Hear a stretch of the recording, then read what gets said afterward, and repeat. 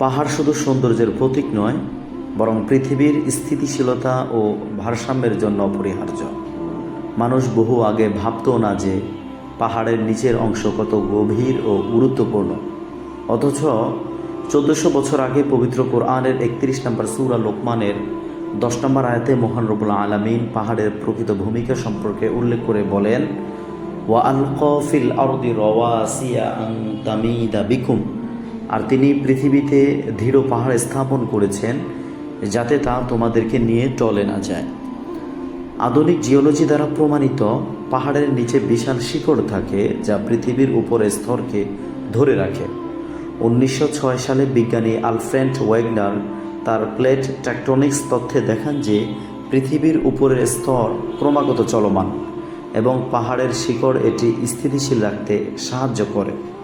এছাড়াও পবিত্র কোরআনের 78 নম্বর সূরা নাবার 7 নম্বর আয়াতে আল্লাহ বলেন, ওয়াল জিবালা আওতাদা, আর পাহাড়গুলোকে করেছি খুঁটির মতো।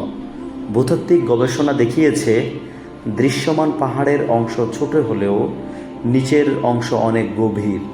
এটি পৃথিবীর স্থিতিশীলতা বজায় রাখতে সহায়ক।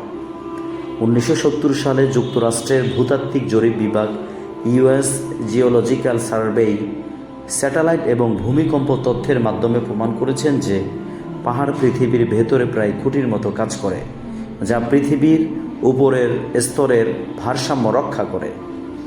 পাহাড় শুধু সৌন্দর্যের জন্য নয়, বরং মানব জীবনের নিরাপত্তা ও পৃথিবীর স্থিতিশীলতার জন্য অপরিহার্য। বহু বছর আগে পাহাড় সম্পর্কে পবিত্র কোরআন যে তথ্য দিয়েছেন, আজ আধুনিক বিজ্ঞানও তা প্রমাণ করছে।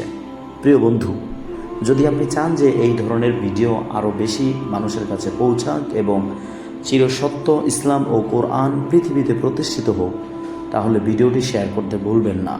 আর নিয়মিত জ্ঞানের আলোকে কোরআনের বাণী জানতে আমাদের চ্যানেলটি সাবস্ক্রাইব করে পাশে থাকার আহ্বান রইল।